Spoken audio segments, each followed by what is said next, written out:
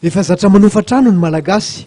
Tsaratsara kokoa nefa raha mampiasa vola amin'ny fanamboarana trano toy izay mandany vola amin'ny hofa-trano araka ny sosikevitra narosiny banque BNI Madagasikara. Manana tolotra findramam-bola maro samihafa tokoa ny BNI Madagasikara, banky mpanohana ofisialy ilay hetsika Salon International de l'Habitat taona 2024 izay ho totosaina ny 20 hatramin'ny 13 oktobra ho avy zao.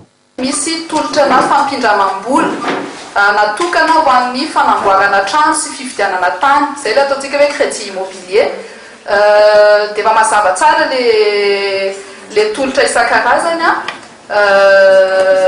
misy ny fampindramam-bola mikasika amin'ny fividianana tany fotsiny, dia ny crédit tampoka zany. Fampindramam-bola ho an'ny fividianana trano izay crédit tampoka. Rezana natao tsotra mihitsy le anaran'le tolotra mba ho tonga dia azon'ny tsirairay avy.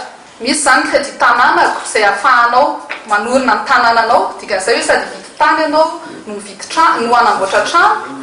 Dia misy ny crédit orim-bato izay hanamboarana trano, efa manana tany zany le mpanjifa dia hanamboatra trano izy. Dia ny farany crédit fioarana ho an'ny olona izay efa manana trano. Hatramin'ny 12 taona tokoa ny anonerina ny findramam-bola natao tamin'ny BNI Madagasikara mikasika ny tao-trano araka ny vohitra nandritra ny valandresako amin'ny mpanao gazety dia tsy amin'ny foibeny etsy Analakely.